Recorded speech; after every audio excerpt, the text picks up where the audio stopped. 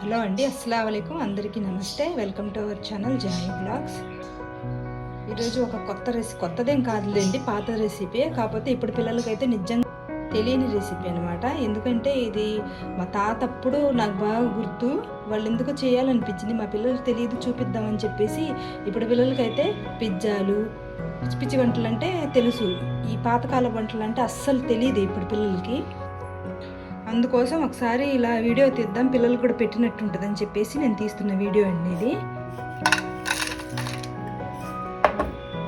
Recipe ఏంటంటే గోధుమ బోండాలు అంటారండి దీన్ని. గోధుమ పిండితో చేస్తారు, తీపి బోండాలు అనమాట. మా తాతకైతే చాలా ఇష్టం బోండాలంటే. చిన్నప్పుడు మా తాతగారు ఈ బోండాలను తీసుకొచ్చి పెట్టి బాగుంటాయి తినండి అని చెప్పేసి పెట్టేవాడు. నాకు బాగా గుర్తు. మా తాతగారు అంటే మాకు బాగా ఇష్టం అండి. వెనకటి కాలంలో వాళ్ళు ఇలా ఎక్కువగా బెల్లం వాడేవాళ్ళండి. బెల్లం, వెన్న, నెయ్యి అవి వాడేవారండి. మా తాతగారు ఎక్కువగా వెన్న, వేడివేడి అన్నంలో వెన్న కలుపుకొని తినేవాళ్ళండి. చాలా గట్టిగా ఉండే. 105 సంవత్సరాలు బతికాడండి మా తాతగారు. నిజంగా చెప్పాలంటే అప్పుడు ఫుడ్ అలాంటిది అనమాట. అయితే రెసిపీలోకి వెళ్ళిపోదాం.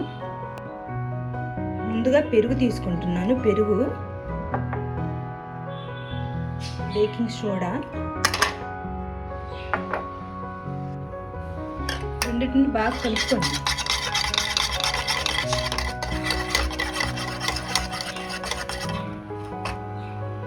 కలుపుకున్న తర్వాత బెల్లం, తర్వాత గోధుమ పిండి, వీటిని కూడా మిక్స్ చేసేయండి. బాగా కలిపే వరకు కలుపుకోండి. నీళ్లు పోయాలండి.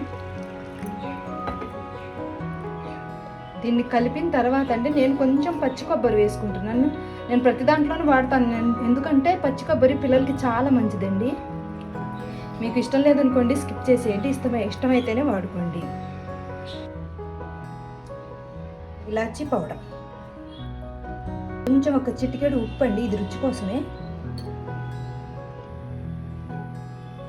పిండిని ఇలా జారుతూ ఉన్నట్టు కలుపుకోవాలండి. ఇలా కలుపుకుంటే సరిపోయింది పిండి మీకు. ఈలోపు ఆయిల్ వేడి చేసుకుందాం.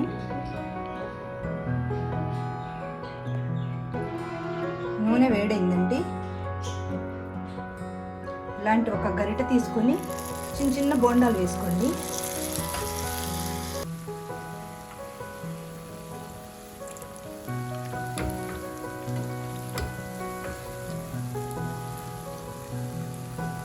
సిమ్ పైన పెట్టే కాల్ చేసుకోండి. వీటికి ఫుల్ పైన అయితే అస్సలు పెట్టద్దండి. స్టవ్ పైన వీకిపోయి లోపలంతా పచ్చిగా అలాగే ఉంటుంది.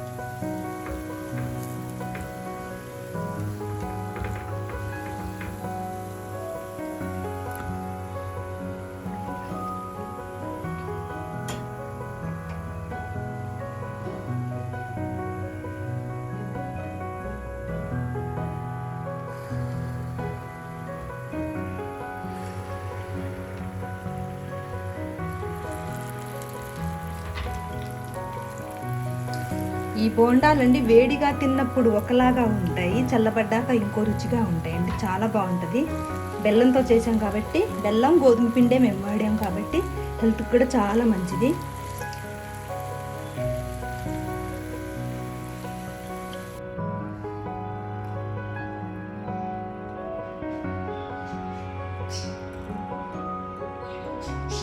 మా తాతగారు అయితే ఒకేసారి 10-15 అరిసెలు తినేవాళ్ళు. అందుకే అంత హెల్దీగా ఉన్నారు వాళ్ళు. ఎప్పుడు ఆయనకు జ్వరం కానివ్వండి, జలుబు కానివ్వండి, అలాంటివి అస్సలు అనేవారు కాదనమాట. ఇప్పుడు పిల్లలు ఒక్క అరిసె తింటేనే అమ్మో తినలేమంటున్నారు. అందుకే అంటారు ఓల్డ్ ఈజ్ గోల్డ్ అని చెప్పేసి. సరేనండి, వెళ్తూ నా వీడియోని లైక్ చేయండి, షేర్ చేయండి, సబ్స్క్రైబ్ చేయడం మాత్రం మర్చిపోకండి. థ్యాంక్ యూ అండి.